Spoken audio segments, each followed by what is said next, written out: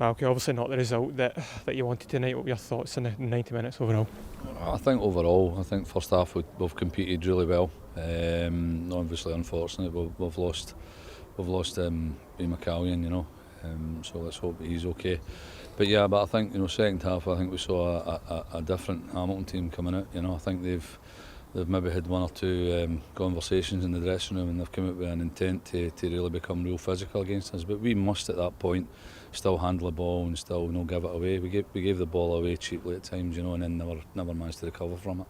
Yeah, is it disappointing that I guess the scoreline does read that 3-0 because, as you say, we were so competitive in that first half and perhaps had the best chance of the game early on with Max Cameron? Yeah, and we spoke about before the game about being ultra competitive in both boxes, being clinical when which we never done, and you just alluded to that there, that we should have scored in the first half. Would it have put a different complexion on the game? Maybe so, but the bit that we're all disappointed in, as a staff and as players, is that we never handled the physical capacity of that team that came out second half. Yeah, I mean, you've obviously been watching from afar in this competition, but what learnings can some of the young players take from just the experience overall? I think it'll need to be quick learners, because at Rangers there's a wealth of talent that's right throughout the whole club. When you get the opportunity, you've got to grasp it. You've got to, there's no question that the boys have got a skill level which is decent. They can handle the ball, but there's a difference in real games like this where they've got to handle it when they're under severe pressure, whether that be by numerical, run about them, 4 or 5 run about them at a time, or whether it's just the occasion, Yeah, is it important that they do feel that sort of disappointment, just the way the league phase has panned out? Yeah, the more that our players are subjected to this environment, then the more practice they'll get at doing it and handling it. So I think overall disappointed in the sense that I think what was on the park was more than capable of winning the game.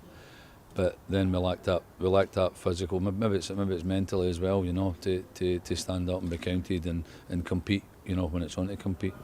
You mentioned obviously Aidan there. I mean, I don't know the full extent of his injury, but I'm sure you share the entire thoughts of the dressing room, just passing on a speedy recovery to him.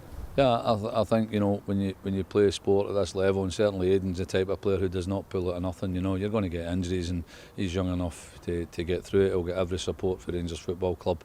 He'll be in the best hands ever to recover. So I think what they'll do is they'll assess the injury just now. They'll let it die for 24, 48 hours.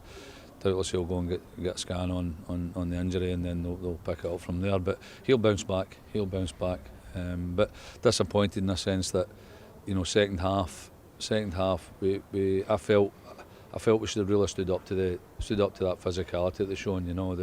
The streetwise bit of football about getting nudged off the ball, getting harassed into making decisions that ultimately you wouldn't normally make. They would have a bit more composure and be able to play. Because some of the football that they played was good. I mean, we handled the ball a bit sporadically. We never really got, I felt, second half a period in the game where we fully controlled it.